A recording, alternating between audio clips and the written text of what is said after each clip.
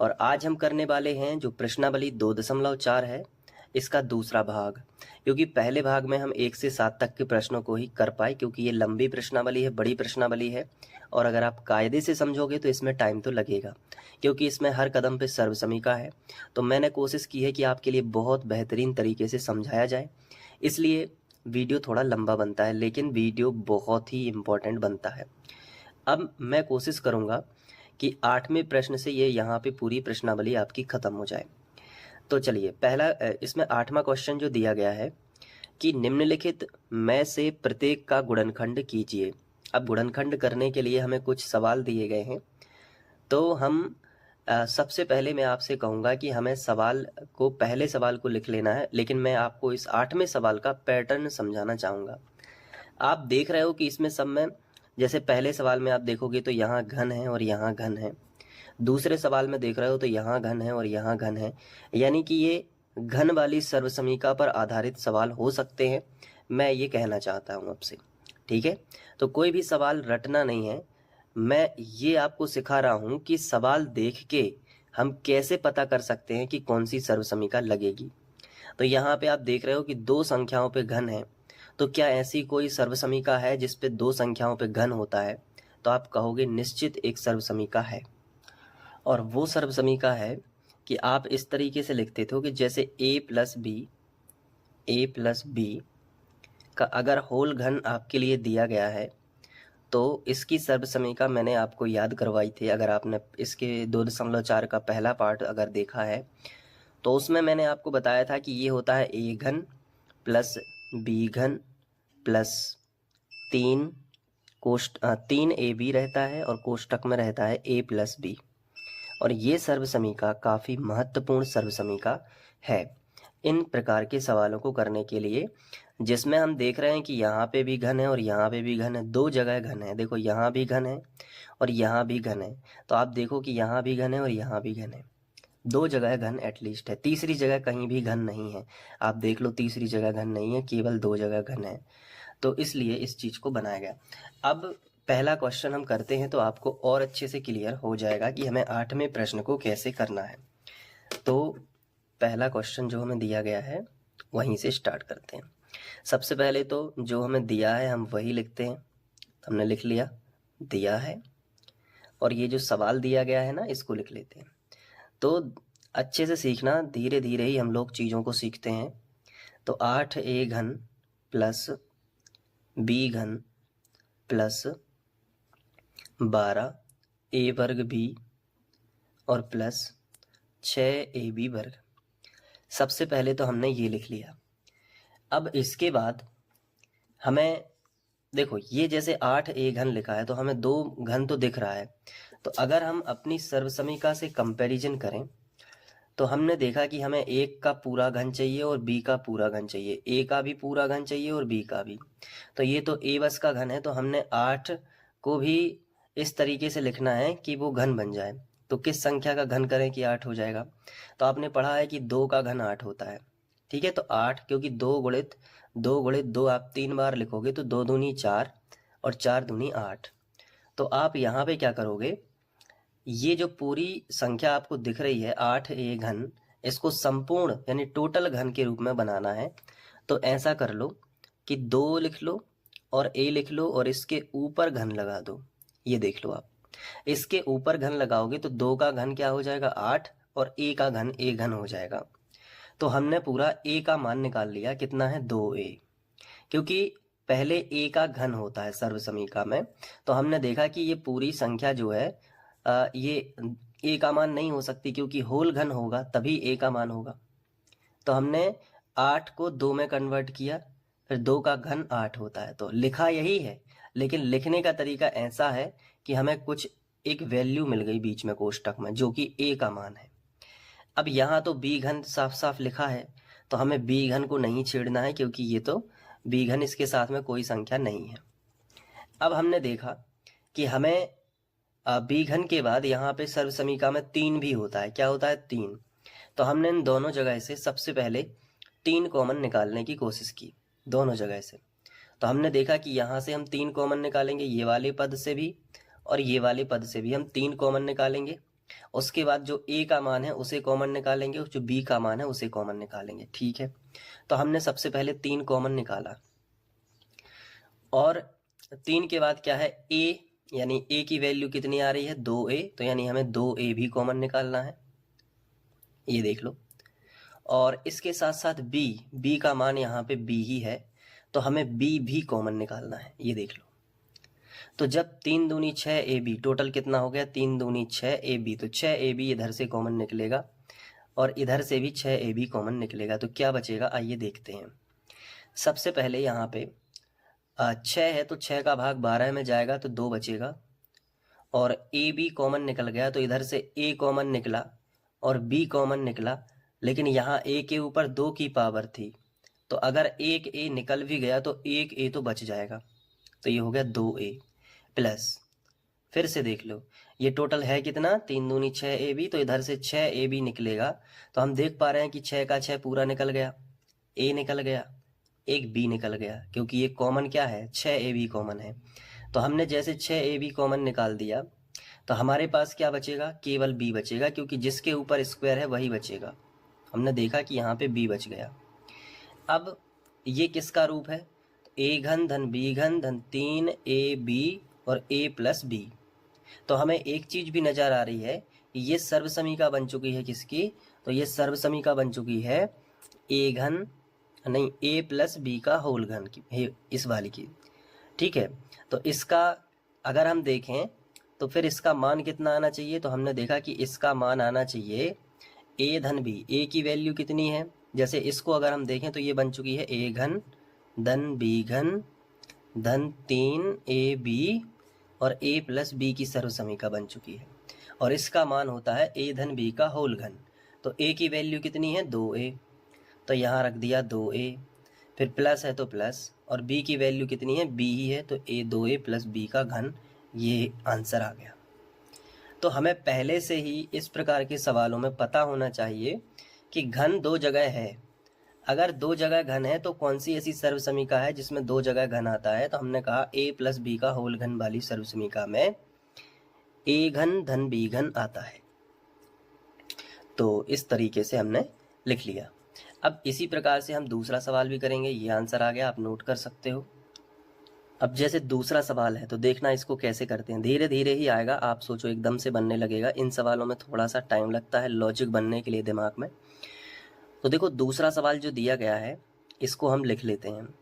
क्या दिया गया है 8A घन माइनस B घन माइनस 12A वर्ग V और प्लस में है 6AB वर्ग, यही दिया गया है। अब हमने देखा कि 2 जगह घन है, तो हमारे दिमाग में सर्वसमीका आई कौन सी वाली, हमारे दिमाग में सर्वसमीका आई ये वाली। मैं आपको दिखा देता हूँ कि A घन प्लस B घन, यही वाली होगी ना, A घन प्लस B घन प्लस 3AB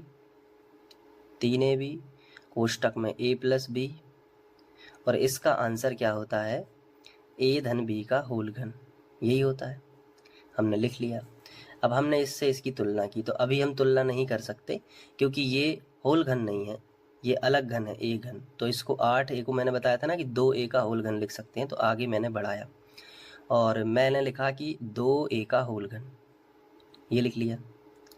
फिर प्लस लगा है सर्वसमीका में तो प्लस लगा लिया, लेकिन हमने देखा कि यार B तो माइनस का है, तो इस चीज को हमने ध्यान में रखते हुए माइनस B का होल घन कर दिया, यानी B कैसा है माइनस का है, ये चीज हमने देख ली। अब हमने देखा आगे कि प्लस है तो प्लस, ठीक है। अब हमने क्या देखा कि 3AB है, तो हमें 3 भी निकालना है इधर से कॉमन इन दोनों जगह से, और A भी निकालना है। A का मान है कितना 2A, A का मान फिक्स हो गया कि 2A है यहाँ से, तो हमने 3 कॉमन निकाला, A की जगह हमने 2A कॉमन निकाला, और B की जगह हमने B का मान कितना है -B, तो उसको भी कॉमन निकाल दिया। जैसे ही हमने इसको कॉमन निकाला तो अंदर क्या बचा वो देख लो एक बार। हमने जैसे ही इसको कॉमन निकाला तो हमारे पास बचा, देखो माइनस भी कॉमन है, ध्यान रखना इस चीज़ को, माइनस भी हमारे पास कॉमन है। तो हमने जैसे ही माइनस कॉमन निकाला तो अंदर का प्लस जो है वो माइनस में बदल जाएगा, तो 3 दूनी 6, 6 माइनस 6 ए बी कॉमन निकलेगा, तो बचेगा क्या? देखो 2, 6 दूनी 12, 2 बार तो भाग चला जाएगा क्योंकि ये 6 है। इसको कैलकुलेट करके देख लेना दिमाग में पहले, ये 3 दूनी 6 लिखा है ये, तो 6 दूनी 12, 2 बार चला गया।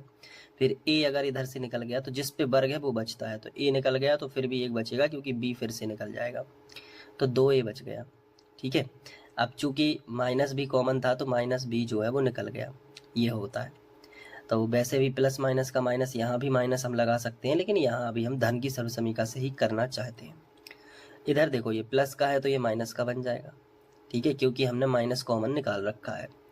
और यहाँ जाएगा तो 3 दूनी 6, यानी यहाँ पे 6 से 6 पूरा निकल जाएगा, एक बी बच जाएगा, तो 2a माइनस बी आ जाएगा ये, बराबर। अब ये इस तरीके से हो गया, तो इसको हम a धन b का होल घन लिख सकते हैं। तो हमारे पास a की वैल्यू कितनी है? 2a, और b की वैल्यू कितनी है? b की वैल्यू है माइनस b, तो माइनस b, और इसका हो जाएगा होल घन। पहली बात तो ये आंसर आने वाला है। आप चाहो तो इसको जमा के भी लिख सकते हो, जैसे कि 2a का घन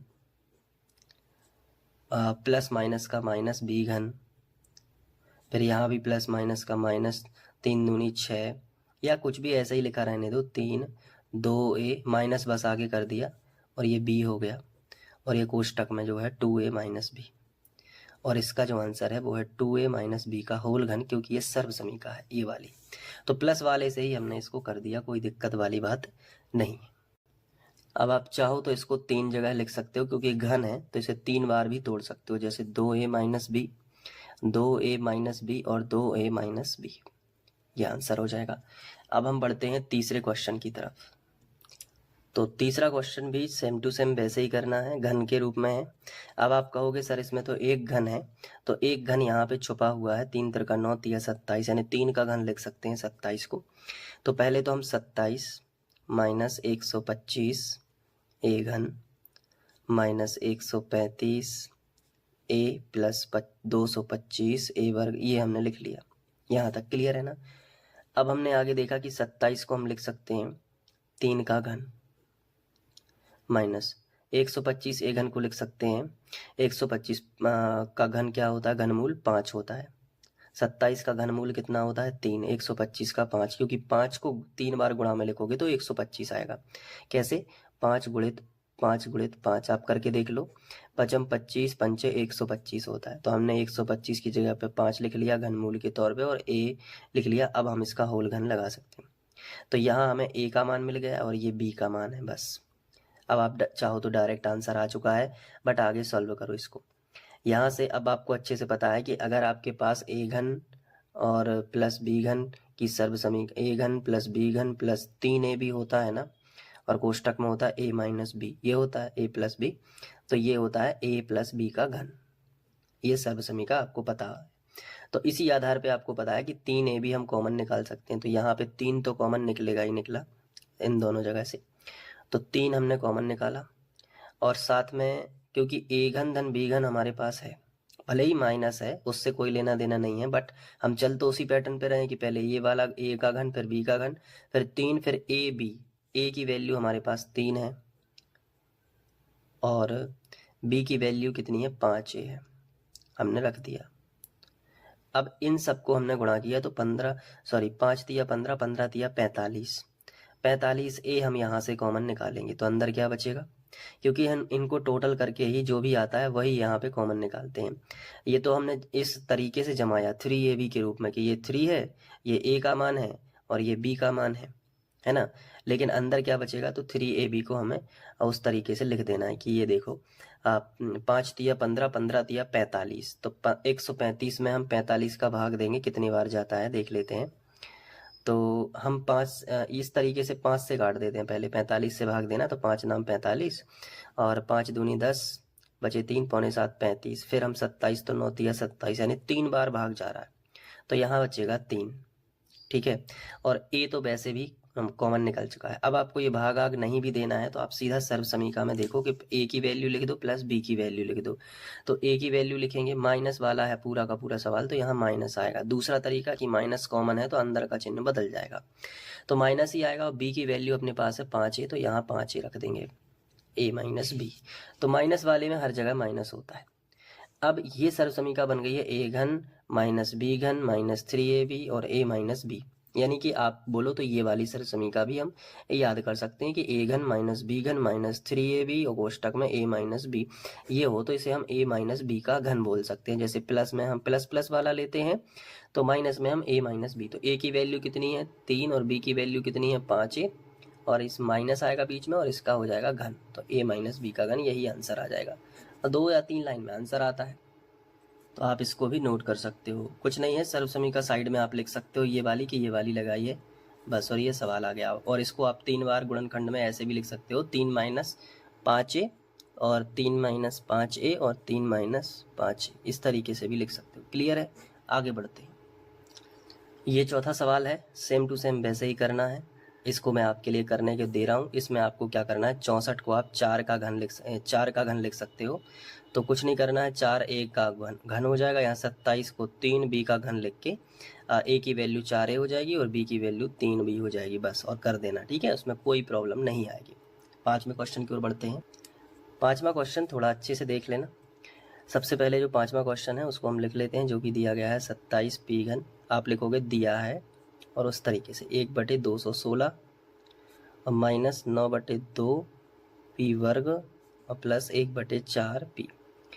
अब आपको अच्छे से पता है कि ये घन है, एक घन यहाँ पे छुपा हुआ है। देखो कैसे, 27 का घनमूल होता है 3, तो इसे हम 3p का होल घन लिखते हैं। तो ये 27p घन ही लिखा है, क्योंकि 3 3 9 27 है ना। तो a की वैल्यू मिल चुकी है 3a बस, माइनस 1/, इसको भी घन के रूप में बदलो तो 1/, और 216 का घनमूल होता है 6, 6 छंग 36 छक्के 216, यानी 1/6 का अगर हम घन कर दें तो ये 1 का घन 1 ही होता है और 6 का घन 216, तो ये 1/216 ही लिखा है, लेकिन हमने इसे घन के रूप में लिखा, तो ये 1/6 जो है ये b की वैल्यू आ चुकी है। अब बस कुछ नहीं करना, a घन b घन माइनस में मिल गया, तो आप साइड में ये सर्वसमीका लिखोगे कि यहाँ पे कहीं भी लिख लिया, रफ में लिख लिया थोड़ी देर के लिए, मैं यहाँ लिख लेता हूँ, इससे काफ़ी हेल्प हो जाती है कि आपको पता है कि a घन माइनस b घन, तो a माइनस b का जो होल घन होता है वो क्या होता है, a घन माइनस b घन माइनस 3ab और कोष्टक में a plus a minus b। Minus वाला है ना ये, तो माइनस माइनस रहता है, सिर्फ पहला एक नंबर का प्लस का रहता है। अब मैं आपसे पूछना चाहता हूँ कि जब a घन पता है b घन पता है, तो a और b की वैल्यू तो वैसे ही मिल गई, तो अब इसी सर्वसमीका में जमा दो, ऊपर देखने की जरूरत ही नहीं है। आप जैसे तो 3 लिखा है तो 3 लिख दो, फिर a लिखा है तो a का मान रख दो 3p, लो रख दिया। फिर b का मान कितना है 1/6, तो गुणा में 1/6 रख दो। अब फिर कोष्टक लगाए तो कोष्टक, फिर a की वैल्यू कितनी है 3p, तो 3p रख दो, माइनस फिर b की वैल्यू कितनी 1/6, तो 1/6 रख दो। ये हो जाता है तरीका। ठीक है, तो ये आप इस तरीके से लिख दो, आपको यहाँ देखने की कुछ ज़रूरत ही नहीं है, बस आपका हो जाएगा। तो अब आप देख रहे हो कि अगर इस तरीके से दिया गया है तो ये a माइनस बी का घन होता है, तो a की वैल्यू 3p है ना, और b की वैल्यू कितनी है 1/6, दोनों के बीच में क्या है माइनस है, इसका घन कर दोगे तो यही जो है इसके गुणनखंड आ जाएंगे कि 3p माइनस 1/6। ठीक है, तो अगर आप सर्वसमीका पहले से याद करे हो तो बस उसी हिसाब से जमा के आप लिख सकते हो कि इसको ऐसे लिख सकते हैं। तो ये 5 सवाल हो चुके हैं 8वें क्वेश्चन के। अब बढ़ते हैं 9वें क्वेश्चन की ओर। 9वां क्वेश्चन दिया गया है कि सत्यापित कीजिए कि ये पहला सवाल है और ये दूसरा सवाल है, यानी सत्यापित करना मतलब वेरीफाई करना है कि जो इस तरफ वाला भाग है वो इस तरफ वाले भाग के बराबर है या नहीं है। चलिए करते हैं, पहला क्वेश्चन ले लेते हैं। तो पहला क्वेश्चन हमें दिया गया है एक्स घन प्लस क्या दिया गया है वाई घन, और बराबर में क्या है एक्स प्लस वाई, और फिर दिया गया है एक्स वर्ग माइनस एक्स वाई, और प्लस में दिया गया है वाई वर्ग, ये दिया गया है। अब आपको क्या करना है कि इसमें दो पक्ष हैं, एक तो लेफ्ट हैंड साइड और एक राइट हैंड साइड है। तो हम राइट हैंड साइड ले लेते हैं, और इस क्योंकि ये थोड़ा सा विस्तृत है तो इसको गुणा उड़ा करके ये हम निकाल सकते हैं। तो यहाँ पे आपको RHS ले लेना है, RHS लेने पर RHS मतलब ये वाला भाग ये कहलाता है LHS, बराबर के इस तरफ वाला ये भाग LHS कहलाता है, ये RHS कहलाता है। पूरा भाग ले लो, क्या है एक्स प्लस वाई और एक कोष्टक में है x के ऊपर 2 की पावर माइनस एक्स बाई और प्लस बाई स्क्वायर। अब देखो इसको गुणा करेंगे, कैसे करेंगे, पहले कोष्टक की पहली संख्या लिख लो x और ये दूसरा कोष्टक इससे चिपका के लिख दो, यानी पूरा x वर्ग माइनस एक्स वाई और प्लस वाई वर्ग, ये चिपका के लिख दो। इसका मतलब ये होगा कि x का गुणा इन सभी में होगा, फिर उसी तरीके से y का गुणा भी इन सभी में होगा। तो पहले ही कोष्टक की जो बची हुई संख्या है यानी प्लस y, उसको लिख दो और फिर से यही कोष्टक इससे चिपका के लिख दो। चिपका के लिखने का मतलब गुणा करके लिख दो, कोष्टक लगा के एक्स वर्ग माइनस एक्स बाई और प्लस क्या है बाई स्क्वायर, ये हमने लिख दिया। इतनी बात क्लियर है, बताओ अब क्या करोगे, x का गुणा इसमें भी होगा, x का गुणा इसमें भी होगा और x का गुणा इसमें भी होगा। तो x का x वर्ग में होगा तो सबसे पहले x घन आ जाएगा, क्योंकि 2 की पावर और 1 की पावर, फिर माइनस है तो माइनस, x का गुणा x वर्ग x y में होगा तो x वर्ग y हो जाएगा, ठीक है। फिर x का y वर्ग में होगा तो x y वर्ग हो जाएगा। अब प्लस है तो प्लस, y का x वर्ग में होगा तो y x वर्ग हो जाएगा। माइनस है तो माइनस, यहाँ y और यहाँ भी y है तो y वर्ग हो जाएगा, x ज्यों का त्यों। फिर y का y वर्ग में होगा तो y घन हो जाएगा, ये आ जाएगा। अगले स्टेप में हमने देखा कि अगर हम देख पा रहे हैं कि यहाँ पे देखो कि x वर्ग y प्लस का लिखा है x वर्ग y और ये x वर्ग y माइनस का लिखा है, तो ये तो कट जाएगा। उसी तरीके से x बाई वर्ग ये प्लस का है और x बाई वर्ग ये माइनस का है, ये भी कट जाएगा। तो क्या बचेगा, x घन और प्लस y घन, तो x घन और ये आगे क्या है प्लस y घन, ये बचेगा। और ये तो LHS है, तो आ गया LHS, तो बराबर क्या आ गया LHS। तो हम लिखेंगे कि LHS बराबर है RHS के, और सिद्ध हुआ, ठीक है, या सत्यापित हुआ, जो भी आपको लिखना, सिद्ध हो गया है कि LHS RHS के बराबर है, यानी ये सत्य है। अब दूसरा सवाल जो है इसको कर लेते हैं। तो हमने दूसरा सवाल यहाँ पे लिख रखा है, अब बस आपको ध्यान से देखना है। फिर से RHS ले लेते हैं, ठीक है। RHS लेने पर, अब RHS ले लिया तो क्या है RHS x माइनस वाई और अगले कोष्टक में x वर्ग plus x y plus y square. अब x इसका हम करेंगे तो देखो पहले x कॉमन ले लेते हैं, यानी पहले कोष्टक का जो x है उसको लिख के इस पूरे कोष्टक को लिख लेते हैं, x वर्ग plus x y plus y वर्ग, ये लिख लिया। अब माइनस का y बचा है जो उसको लिख लेते हैं और फिर से ये पूरा लिख लेते हैं, 2 मिनट सॉरी, ये लिखा और इसको लिख लिया x वर्ग प्लस एक्स वाई और प्लस वाई स्क्वायर, ये लिख लिया। मतलब पहले कोष्टक की पहली संख्या लिख के ये दूसरा कोष्टक चिपका के लिख दिया, फिर माइनस वाई लिखा और फिर ये लिख दिया चिपका के। अब x का x वर्ग में करोगे तो x घन आ जाएगा, फिर x का इसमें करोगे तो x वर्ग y आ जाएगा, फिर x का y वर्ग में करोगे तो x y वर्ग आ जाएगा। इसी तरीके से माइनस का करोगे तो by x square minus x y वर्ग और प्लस माइनस का माइनस, और यहाँ पे बाई का बाई वर्ग में होगा तो बाई घन आ जाएगा। अब फिर से वही चीज़ होगी कि एक्स वर्ग वाई और एक्स वर्ग वाई प्लस माइनस का, और ये भी प्लस माइनस का कट जाएगा। है तो बहुत ही आसान सवाल ये, एक्स घन माइनस वाई घन, और यही आंसर एक्चुअली सर्वसमीका है ये, तो उनको सिद्ध करने के लिए बोला गया है। तो लिख दिया करो कि बस LHS बराबर RHS है और सिद्ध हुआ। तो ये दूसरा सवाल भी आप कर लोगे। अब बढ़ते हैं 10वें क्वेश्चन की तरफ। तो 10वां क्वेश्चन है कि निम्नलिखित में से प्रत्येक का गुणनखंड कीजिए। तो पहला क्वेश्चन ले लेते हैं, गुणनखंड कैसे करना है। देखो पहला क्वेश्चन है 27 बाई घन प्लस 125 जेड घन, यही चीज़ है ना। तो हमें यहाँ पे भी घन दिख रहा है और यहाँ पे भी घन, तो इसका होल घन लिखेंगे ताकि a और b के एग्जैक्ट मान पता चले। तो 27 का घनमूल कितना होता है 3, और बाई घन का घनमूल बाई होता है। अब इस पे यदि हम होल घन लगा दें तो 3 तिरका 9 या 27 ही आएगा और बाई घन ही आएगा। मतलब लिखा यही है ये, बट ये इस तरीके से लिखा है कि होल के रूप में आए ताकि ये a घन के जैसा दिखे, ताकि ये a का मान हमारे पास मिल सके। तो ये a की वैल्यू है, वैसे दिमाग में हम लिख सकते हैं। उसी तरीके से यहाँ हम देखेंगे तो 125 को हम क्या लिख सकते हैं, 125 का जो घनमूल होता है वो 5 होता है, क्योंकि 5 का 3 बार गुणा करोगे तो 125 आता है। 5 का घन 125 होता है, ऐसे भी बोल सकते हैं। तो 5z का अगर हम होल घन रखें तो ये b घन जैसा दिखता है, यानी ये b है, b का मान 5z है। तो ये a घन और b घन है। तो अभी हमने एक सर्वसमीका पढ़ी थी, वो थोड़ी सी अलग है और ये अलग है। जैसे हम देखें ये वाली, तो ये a धन b का होल घन है, तो ये अलग होती थी, क्योंकि ये a और धन b होके फिर घन होता है, लेकिन ये अलग है, ये a घन प्लस b घन है, यानी ये वाली चीज है। आप समझ पा रहे हो? तो मैं इसको ऐसे भी बोल सकता हूँ कि अगर आपको कहीं भी a घन धन b घन दिया गया है और आपसे पूछा है कि इसका आंसर क्या होगा, तो आप सिंपली बता सकते हो, आपको लिखना है।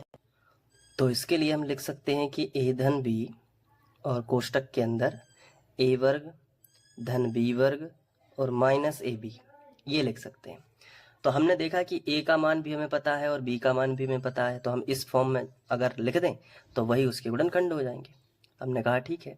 तो a प्लस बी, a की वैल्यू कितनी है 3y, प्लस b की वैल्यू 5z, तो 3y प्लस 5z एक कोष्टक में तो पहले आ जाएगा। फिर a वर्ग यानी 3y का वर्ग, तो हमने यहाँ पे बड़ा कोष्टक लगाया पहले तो, ताकि हम छोटे कोष्टक में वर्ग लगा सकें। 3y का वर्ग प्लस b वर्ग यानी 5z का वर्ग, ये हमने कर दिया, माइनस ab मतलब 3y इंटू 5z इंटू एक कोष्टक में 3y और एक कोष्टक में 5z हमने लिख दिया। तो ये होता है सर्वसमीका। अब बस हमें इसका गुणा करना है और सॉल्व करना है। इसको तो अभी लिखते ही चलो, 3y प्लस 5z, इसको हमने लिखा ही। अब इसका हम करेंगे सॉल्यूशन। तो 3 त्रिका 9y वर्ग हो जाएगा ये। इसी तरीके से 5m 25z वर्ग हो जाएगा, क्योंकि वर्ग है तो 5 का वर्ग 25 होता है। फिर माइनस, और ये होता है 5 तिया 15 बाई जेड। ये समझ रहे हो आप? ये कर देंगे। अब यहाँ तक आप करोगे और ये 2 कोष्टक में है, तो यही आपका आंसर आ जाएगा, यही आपके गुणनखंड आ जाएंगे। तो इस प्रकार के सवालों में आपको कुछ भी नहीं करना है, सिर्फ a और b की वैल्यू अगर आपको पता है तो आप आसानी से फिर उसी सर्वसमीका का यूज करो जो दी गई है, और आप वो चीज याद करो। तो एक ये वाली सर्वसमीका याद कर लेना, एक ये वाली सर्वसमीका याद कर लेना। a घन प्लस b घन जो होती है, एक होती है a प्लस b का होल घन, वो अलग है। एक होती है a घन धन b घन, और ये अलग है, a प्लस बी, a वर्ग प्लस बी, इसी से बनती है, बट वो उतना डिटेल में अगर मैं बताऊंगा तो फिर आप कंफ्यूज हो जाओगे अभी फिलहाल। तो आप ये अलग याद रखो और ये अलग रखो। a घन प्लस b घन है a प्लस बी, a वर्ग प्लस b वर्ग माइनस ab, ये अलग है और ये अलग है। अब इसी तरीके से अब हम ये दूसरा सवाल कर लेंगे, जिसमें 64m घन माइनस 343 n घन लिखा है। तो ये सवाल भी बेहद आसान है, इसमें कुछ नहीं करना है। जैसे 64m घन लिखा है, ठीक है, माइनस 343 n घन लिखा है, तो इसमें आप इस तरीके से लिख सकते हो कि 64 का घनमूल होता है 4, तो 4m का घन लिख लीजिए।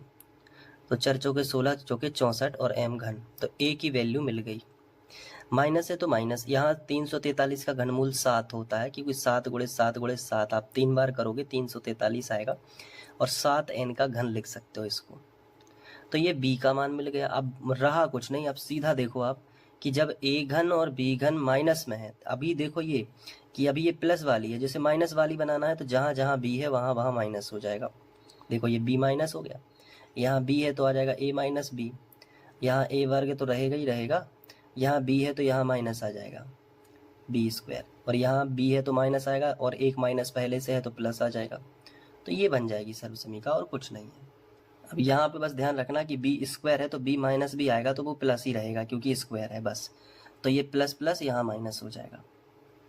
तो बस अब यहाँ a और b पता है, तो सीधा a माइनस बी, यानी a की वैल्यू कितनी है 4m माइनस b यानी 7m, एक तो ये कोष्टक में आ जाएगा।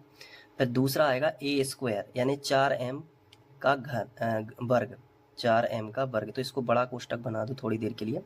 तो 4m वर्ग प्लस b वर्ग, b का मान कितना है 7n, तो 7n का वर्ग, प्लस ab, a का मान कितना है 4m और b का मान है 7n, ये लिख लिया, कोष्टक बंद।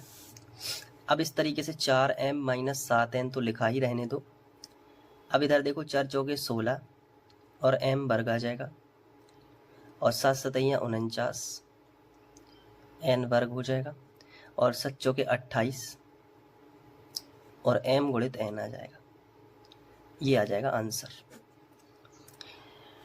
अब इसके बाद हम 11वें क्वेश्चन की ओर बढ़ते हैं। आप चाहो तो वीडियो को पॉज करके नोट भी कर सकते हो, ताकि नोट्स में अच्छे से लिखते जाओ, और ये सर्व समीकरण तो जरूर लिखना है, ठीक है। चलिए अब हम 11वें क्वेश्चन की ओर बढ़ते हैं। 11वां क्वेश्चन है कि गुणनखंड कीजिए कि 27x घन प्लस वाई घन प्लस जेड घन माइनस 9xyz।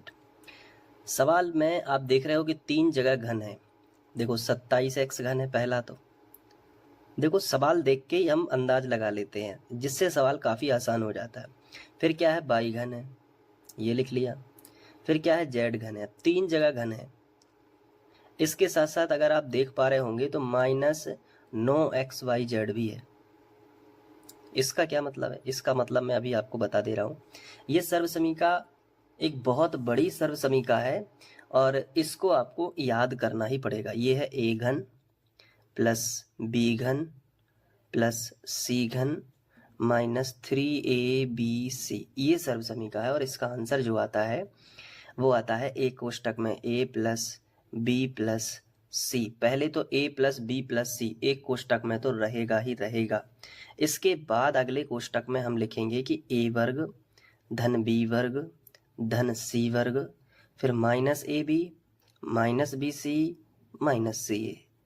अब वैसे तो सरल है बस, लेकिन लंबी सर्वसमीका है, जिसमें अगर आपको ए बी और सी पता चल गया तो ये पूरा आंसर आपको पता चल जाएगा। देखो कैसे, मैं आपको बताता हूँ। जैसे अगर हमें ए निकालना है तो हमें 27 का घनमूल पता होना चाहिए। हमने कहा 27 का घनमूल कितना होता है, 3, और फिर x, और इसका क्या कर दिया, घन। तो ये a का मान मिल गया, a का घन। अभी a का मान नहीं मिल सकता था क्योंकि 27 का कोई घनमूल के रूप में नहीं लिखा था। तो जब होल घन चढ़ेगा तभी तो ये a घन माना जाएगा। अब उसी तरीके से b घन यानी y का घन हो जाएगा।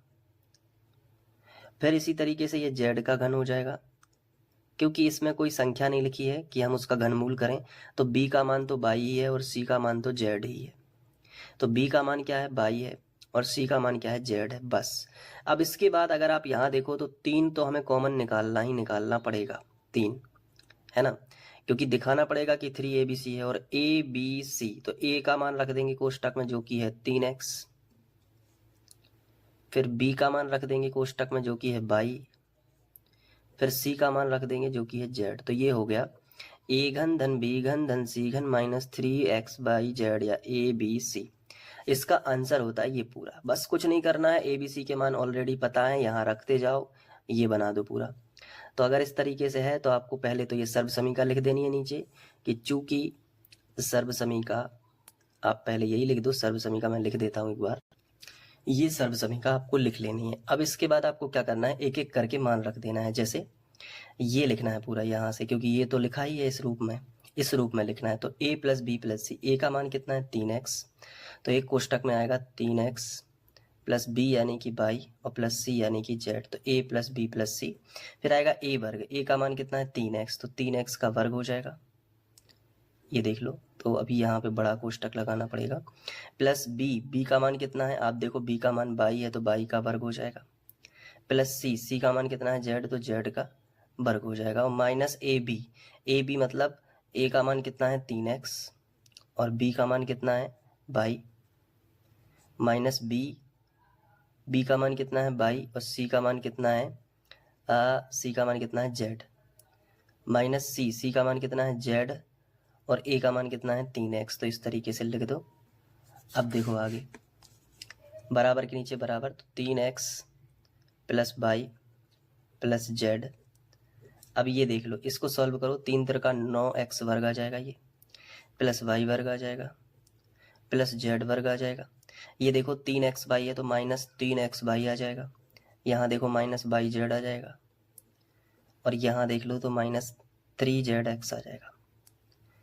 और आई थिंक यही आंसर हो जाएगा। इसके 2 गुणनखंड टूट चुके हैं, ठीक है। तो देख सकते हो कितना आसान है ये सवाल, कितना अच्छा सवाल है, और इसमें सर्वसमीका का यूज बस हुआ है। बस आपको सर्वसमीका पता है तो आप सब कुछ कर सकते हो, आप किसी भी सवाल को अच्छे से समझ के कर सकते हो। 11वां क्वेश्चन हो गया। आप बढ़ते हैं 12वें क्वेश्चन की ओर। तो 12वां क्वेश्चन काफ़ी आसान क्वेश्चन है, बस थोड़ा सा बड़ा है। इसमें हमें सत्यापित करना है कि ये वाला बराबर के इस तरफ वाला जो पार्ट है ना, ये वाला, ये कहलाता है LHS, और बराबर के इस तरफ वाला जो पार्ट है ये कहलाता है RHS। तो हमें ये सिद्ध करना है कि ये दोनों बराबर हैं या नहीं है। तो चूंकि LHS तो बहुत छोटा सा हिस्सा है तो RHS ले लेते हैं। लिखेंगे RHS लेने पर, RHS लेने पर, अब ये पूरा हिस्सा ले लेते हैं जो कि है 1/2 x plus y plus z, और एक कोष्टक में है x माइनस वाई लिखा है, x माइनस वाई का square plus y minus z का स्क्वायर, और फिर लिखा है z माइनस एक्स का स्क्वायर। ये चीज़ लिखी हुई है। अब देखो स्क्वायर तोड़ेंगे सबसे पहले तो 1/2 लिखा है तो उसको लिखा रहने दो, फिर x plus y plus z लिखा है तो इसको भी लिख दो। अब स्क्वायर तोड़ दो तो a ऋण b का वर्ग, वो सर्वसमी का याद करो, a वर्ग धन b वर्ग माइनस 2ab, यानी माइनस, क्योंकि माइनस है ना तो बीच बाद में माइनस आता है, 2xy सभी में माइनस है तो यहाँ फिर से वही लगा दो, a माइनस b का स्क्वायर क्या आएगी, a वर्ग प्लस b वर्ग माइनस 2/z आ जाएगा। ठीक है, क्योंकि a का मान y है और b का मान z है। यहाँ भी देख लो प्लस लगा के, a वर्ग धन b वर्ग माइनस 2zx, देख लो ये 2 लिखा है, ठीक है, ये 2 और ये z है तो 2zx आ जाएगा। और इस तरीके से हमने ये कर दिया। इतना समझ आया। अब एक इसके बाद देखो क्या हो जाएगा, 1/2 और x plus y plus z हमने लिखा। यदि हम देखें तो x वर्ग यहाँ भी है, अगर हम देखें, और ये y वर्ग है, ये x वर्ग यहाँ भी है। अगर आप ध्यान से देख रहे हो तो ये x वर्ग है और ये x वर्ग है, तो 2x वर्ग हो जाएगा। इसी तरीके से y वर्ग का भी एक जोड़ा है तो ये 2y वर्ग हो जाएगा। इसी तरीके से z वर्ग का भी एक जोड़ा है तो ये हो जाएगा 2z वर्ग। बाकी ये 2xy 2yz और 2zx लिखा है तो इसको लिख दो minus 2xy minus 2yz minus 2zx, ये तो लिखा रहने दो। अब आगे बढ़ते हैं तो बराबर के नीचे बराबर 1/2 गुणित x plus y plus z, ये तो कोष्टक में लिखा है। देखो 2 सभी जगह है तो यहाँ से हम 2 कॉमन निकाल देते हैं। ये पूरी जो जगह है यहाँ से 2 कॉमन निकलेगा तो अंदर बिना 2 के लिख दो सब, तो x वर्ग प्लस वाई वर्ग प्लस जेड वर्ग माइनस 2 हट जाएगा तो xy, 2 हट जाएगा तो वाई जेड, 2 हट जाएगा तो जेड एक्स। यहाँ देखो ऊपर और नीचे का 2 काट सकता है तो काट देंगे, तो क्या बचेगा x plus y plus z, और ये बचेगा कोष्टक में x वर्ग प्लस वाई वर्ग प्लस जेड वर्ग minus x y minus y z और माइनस जेड एक्स। अब मैंने अभी अभी आपको एक सर्वसमीका दिखाई थी कि इस तरीके से अगर हो कि a प्लस बी एक कोष्टक में हो और a वर्ग b वर्ग c वर्ग minus a b minus b c minus c है तो उसको ये लिख सकते हैं ना। यहाँ पे वही चीज़ है, अगर आप ध्यान से देख पा रहे हो तो a plus b plus c, a वर्ग धन बी वर्ग धन सी वर्ग minus a b minus b c minus c है, देख लो आप। तो a घन धन b घन धन सी, ए बी सी, तो ए बी सी तो एक्स वाई जेड है तो x यहाँ पे आएगा a घन यानी x घन प्लस b घन यानी y घन प्लस c घन यानी z घन और माइनस 3abc, तो 3a की वैल्यू कितनी है x y z abc, 3abc तो 3x y z। यही हमें सिद्ध करना था, आप देख लो तो यही हमें सिद्ध करना था, LHS आ गया। तो हम लिखेंगे यहाँ पे कि बराबर LHS, अतः LHS बराबर क्या है RHS, और लिखेंगे सिद्ध हुआ। ये हमने लिख दिया कि सिद्ध हुआ। उम्मीद है कि आपको ये सवाल अच्छे से समझ में आ गया होगा। अब एक बार अच्छे से इसको नोट भी कर लो, ठीक है, नोट कर लो इसको, ये देख लो ये सवाल है पूरा। वीडियो को पॉज करके आप लिख भी सकते हो। तो 12वां क्वेश्चन भी समाप्त होता है। अब हम 13वां क्वेश्चन करते हैं। तो 13वां क्वेश्चन थोड़ा सा लॉजिकल क्वेश्चन है और अच्छा क्वेश्चन है। देखो कैसे, सबसे पहले तो जो हमें दिया है वो लिखेंगे, क्या दिया गया है। तो आप कहोगे कि हमें दिया गया है कि x plus y plus z बराबर 0, यही दिया गया है ना। तो हम लिख लेते हैं कि हमें दिया गया है x plus y plus z, अगर ये तीनों साथ में है तो इसका मान हम 0 रखेंगे और सिद्ध करना है ये चीज़। तो लिख लेते हैं ये भी, दिखाइए कि मतलब सिद्ध करना है। तो ये भी लिख लेते हैं कि सिद्ध करना है। क्या सिद्ध करना है कि x पे पावर 3 यानी x घन प्लस y घन प्लस z घन बराबर होता है 3xyz के, ये सिद्ध करना है। तो अब हम क्या करेंगे, देखो हम एक सर्व समी का यूज करेंगे। हम लिखेंगे हम जानते हैं कि एक सर्व समीका होती है जो कि हमने अभी पढ़ी हुई है। ये देख लो, ये वाली सर्व समीका, ये सर्व समीका हम लिखेंगे कि हम जानते हैं कि ए घन धन बी घन धन सी घन, इसको एक्स वाई जेड के रूप में लिखेंगे। तो हम लिखेंगे कि एक्स घन प्लस वाई घन प्लस जेड घन माइनस 3xyz बराबर होता है x plus y plus z कोष्टक में x वर्ग प्लस वाई वर्ग प्लस जेड वर्ग minus x y minus y z minus z x, ये होता है। अब चूंकि x plus y plus z बराबर 0 दिया गया है तो यहाँ पे हम 0 रख लेते हैं।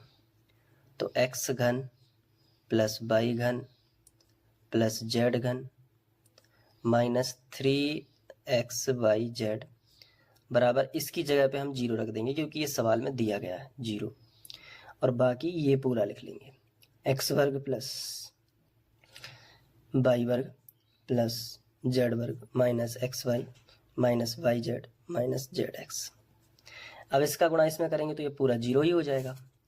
तो आगे हमें मिलेगा कि x घन प्लस वाई घन प्लस जेड घन माइनस 3xyz बराबर क्या हो चुका है, 0 हो चुका है।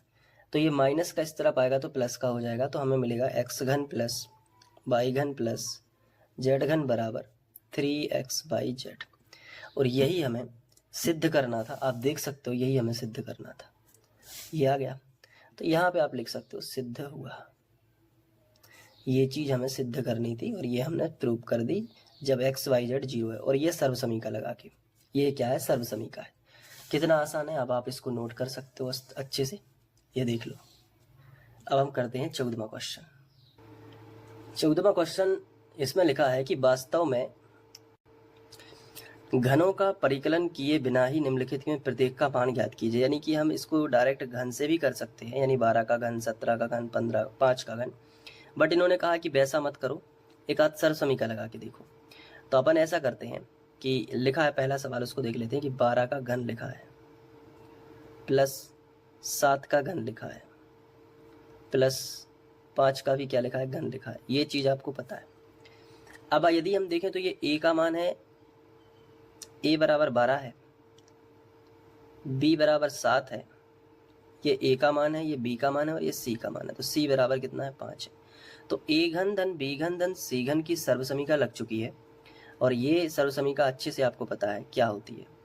तो अगर मैंने आपको ये बताई है तो a घन धन b घन धन c घन, ये चीज़ आपको, अगर ये वाली सर्व समीका है तो यहाँ पे 3abc रहता था, फिर बराबर में हम लिखते थे कि a plus b plus c, और फिर लिखते थे a वर्ग प्लस बी वर्ग प्लस सी वर्ग minus a b minus b c minus c. ये वाली सर्व समीका बार बार लग रही है, इसको याद ही कर लेना है।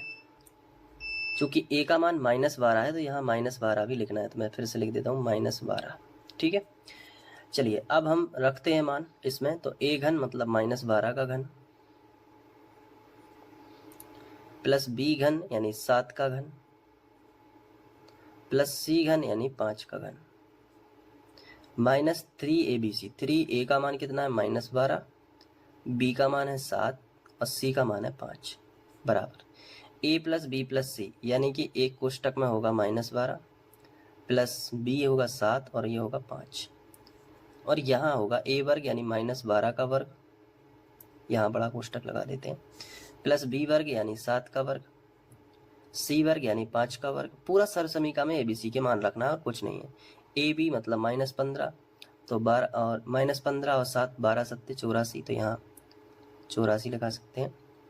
और माइनस bc, चूँकि माइनस ऑलरेडी था तो ये प्लस हो जाएगा, क्योंकि माइनस a में भी था और माइनस यहाँ भी था, है ना। तो यहाँ इसी तरीके से BC 7/35 तो -35 हो जाएगा, और माइनस CA, तो A में फिर से माइनस है तो ये प्लस होने वाला है, और 12×5 = 60 ही हो जाएगा। ये कुछ भी हो बट ये 0 ही होगा, तो टेंशन मत लो, क्योंकि ये 0 हो रहा है।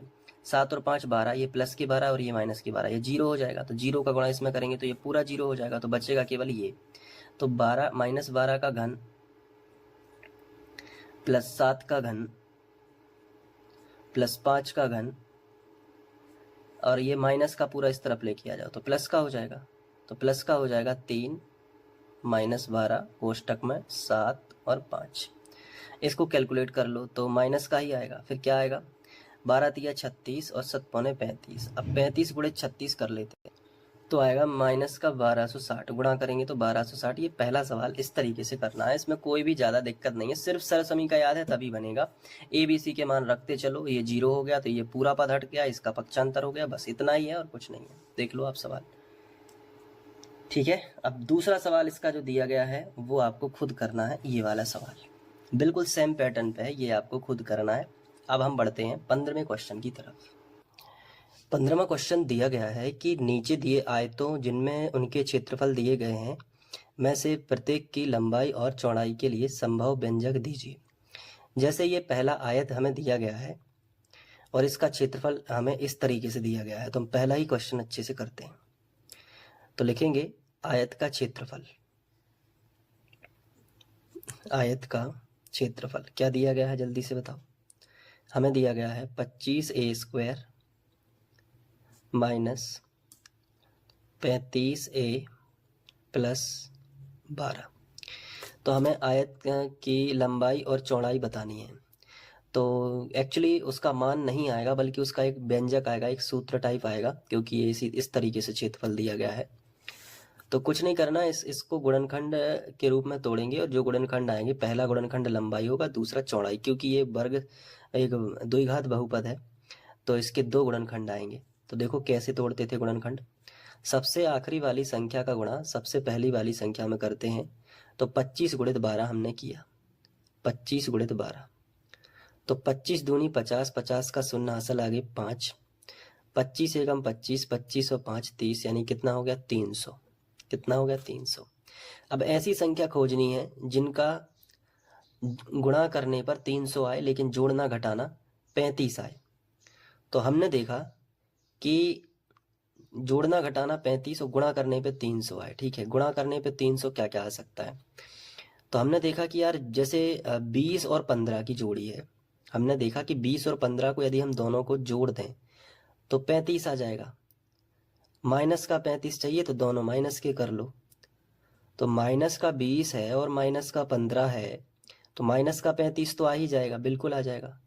अब गुणा करने से क्या 300 आ रहा है प्लस वाला, बिल्कुल आ रहा है। माइनस माइनस पहले तो प्लस हो जाएगा, और 15 दूनी 30, और ये 0 ज्यों का त्यों। तो 20 और 15 में हम इस 35 को तोड़ देंगे। तो पहले हम 25A² तो ज्यों का त्यों लिखेंगे, और 35 को हम लिख देंगे माइनस का 20A और माइनस का 15A, और फिर प्लस 12 तो ज्यों का त्यों। अब हम देखते हैं कि यहाँ पे 2 पद ये हैं और 2 पद अलग से यहाँ पे ये, इन दोनों में से अलग कॉमन निकाल दो। तो यहाँ 20 है और यहाँ 25 है, तो मैक्सिमम संख्या क्या है जिससे भाग जा रहा है, तो 5 से जाएगा। 5 25 और 5 चौके 20, तो 5 हम कॉमन निकाल लेते हैं, और यहाँ भी A है और यहाँ भी A है, तो A भी कॉमन निकाल देते हैं। तो 5 25, 5 बार भाग चला गया और एक A भी निकल गया, तो एक A तो बच जाएगा इस पद के पास में, तो एक A बच गया। माइनस है तो माइनस, फिर 5 चौके 20, 4 बार में जाएगा और एक A था तो वो तो निकल गया, तो 5A - 4। यहाँ देख लो हम क्या, 3 5 15, 3 चौके 12, यानी 3 कॉमन तो निकल ही रहा है, तो माइनस का 3 कॉमन निकालेंगे।